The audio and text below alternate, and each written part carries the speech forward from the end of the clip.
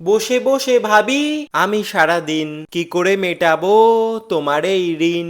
Sorry sorry, তোমার নয়, তোমাদের। না মানে যারা আমাকে রোজ দুবেলা অতি সযত্নে বাস দেয় তাদের কথা বলছি আর কি। জানো তো, ছোটবেলা থেকেই আমার মা আমাকে বলতো কেউ কিছু ভালোবেসে গিফট দিলে তাদের আবার রিটার্ন গিফটও দিতে হয়। তো যারা আমাকে এত ভালোবেসে যত্ন সহকারে বাস দিচ্ছে, তো তাদের আমি কিছু গিফট দেব না? এ আবার কেমন ধরনের অবিচার? তো আজকে আমি তাদের জন্য বাঁশের তৈরি ফুলদানিতে করব কলকা। তারপরে এই বাঁশের ফুলদানিটাই তাদের পেছনে না মানে তাদেরকে উপহার দেব আর কি।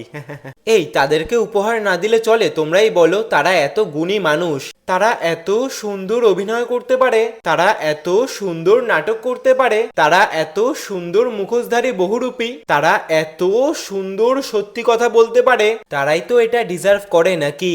বিশ্বাস করো গাইস, বিশ্বাস করো, খুব ইচ্ছা করছে মেনশন করতে, খুব ইচ্ছা করছে। কি তোমাদেরও ইচ্ছা করছে তো? আরে মেনশন করে দাও, করে দাও। সে যাকে যাক। জানো তো, প্রায় 5-6 বছর আগে আমি মায়ের সাথে পৌষ মেলায় গিয়ে প্রায় জেদ করে এই বাঁশের ফুলদানিটা কিনে এনেছিলাম। তারপরে এই ফুলদানিটা বাড়ির এক কোনায় সাদলা পড়া অবস্থায় পড়েছিল। তো ভাবলাম যে চলো ফুলদানিটাকেই আবার নতুন করে সাজানো যাক, যাতে ফুলদানিটার স্থান বাড়ির এক কোনায় নয়, ঘরের মধ্যে হয়। দেখো ফুলদানিটার মধ্যে একটু অন্যরকম ভাবেই কলকাটা করেছি। কেমন লাগছে কলকাটা অবশ্যই জানিও কিন্তু। ও হ্যাঁ, আমাদের নেক্সট বেসিক টু অ্যাডভান্স 11 দিনের অফলাইনে কলকার ক্লাস কিন্তু শুরু হচ্ছে 9th আগস্ট থেকে ব্যারাকপুরে। এখন কেমন লাগছে ফুলদানিটা অবশ্যই কিন্তু কমেন্ট করে জানিও। Bye, follow for more.